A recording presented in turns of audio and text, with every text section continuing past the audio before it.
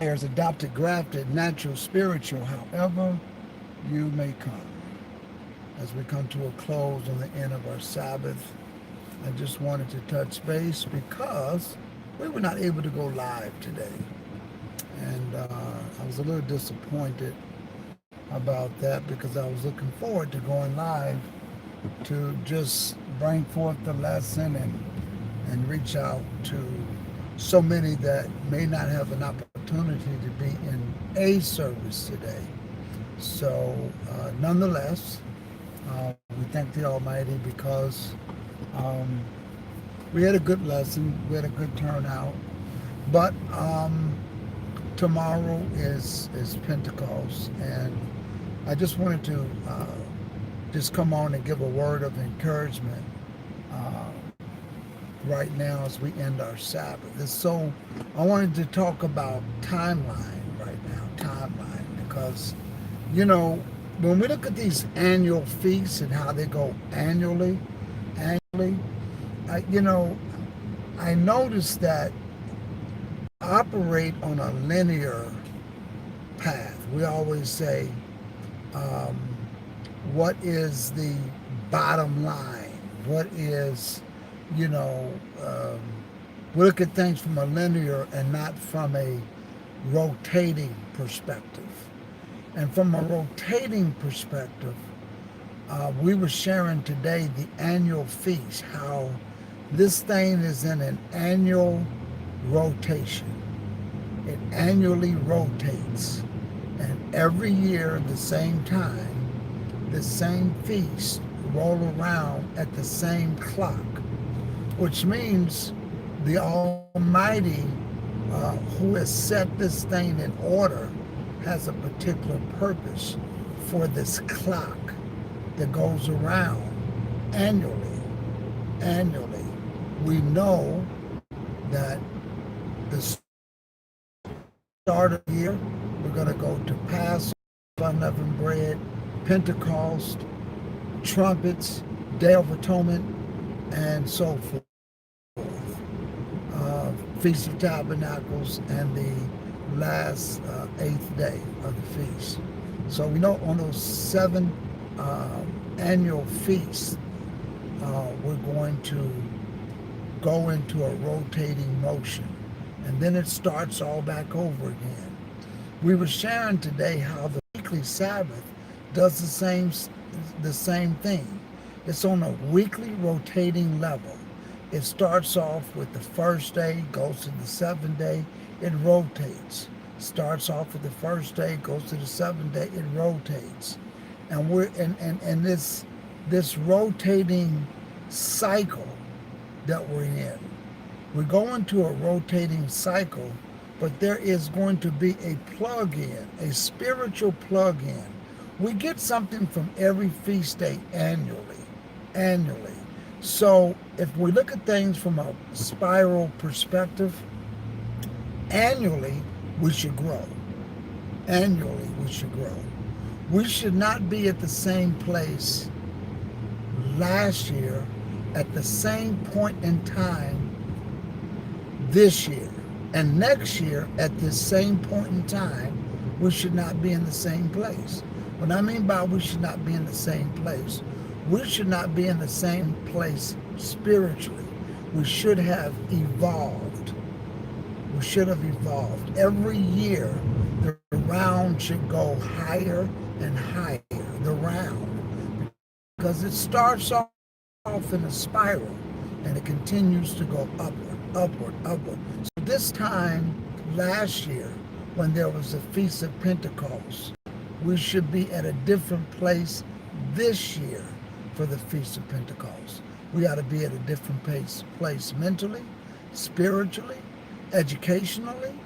We should be in a different place. If we have been on a cycle that is rotating in the right direction, we should be going to a higher level. And so when we look at these feast days and they repeat themselves, our understanding, our closeness to the Father, our closeness to the Word should be elevating. We should be different. Our personality should be different. Our whole persona should be different. We should be better individuals. We should be better husbands, better fathers, better brothers, better sons, better mothers, better daughters, better sisters, grandmothers, etc., etc. Whatever title and role we have, we should be better. Why better? Because we should be seeking the Most High deeper and deeper. And so we have these pivot points in time. The feast days are pivot points. So when we go from one annual feast to the next annual feast the next year, we should be evaluating where we are. We should be evaluating our understanding of where we are. And we should be looking at ourselves and evaluating ourselves. That's why the scripture says, let every person examine themselves. Okay? So, we can't leave it up to others to examine us, because only we can be true to ourselves. Only we can be honest with ourselves. The scripture says, if any person looks in the mirror and see what manner of person they are and walk away and forget about what they saw, they deceive themselves. So we know whether or not we have a line, we have a coveting problem, and so forth and so forth. So when we go into the rotating annual feast days, we should be marking where we are and making sure that whatever we're dealing with, good or bad, that it's different the following annual time. And we can start this off every week. That's how you can do it. So from one Sabbath to the next, we should be different. We should be learning something. From one Sabbath to the next, there's 52 of these weekly Sabbaths in a year. When we get to Passover, we should be different next year. Our understanding of Passover should be different. What it means, it should be higher heights and deeper depths.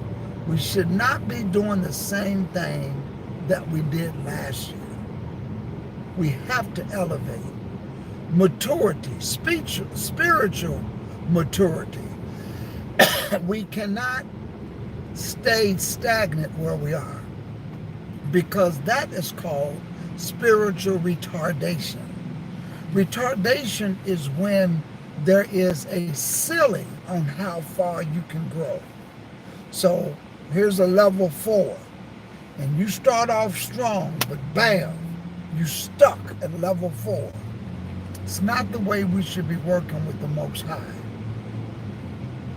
We should be going to the next level, maturity-wise. What bothered you last year should not be bothering you this year. The things that you struggled with last year, this time, you have to make sure you're not struggling with those same things this year. Because everybody is, while we're in the flesh, all have sinned and all have fallen short of the glory of God. But when we are in the Word, we should be growing maturely, and we should not fall into spiritual retardation. We just can't grow. We just can't see.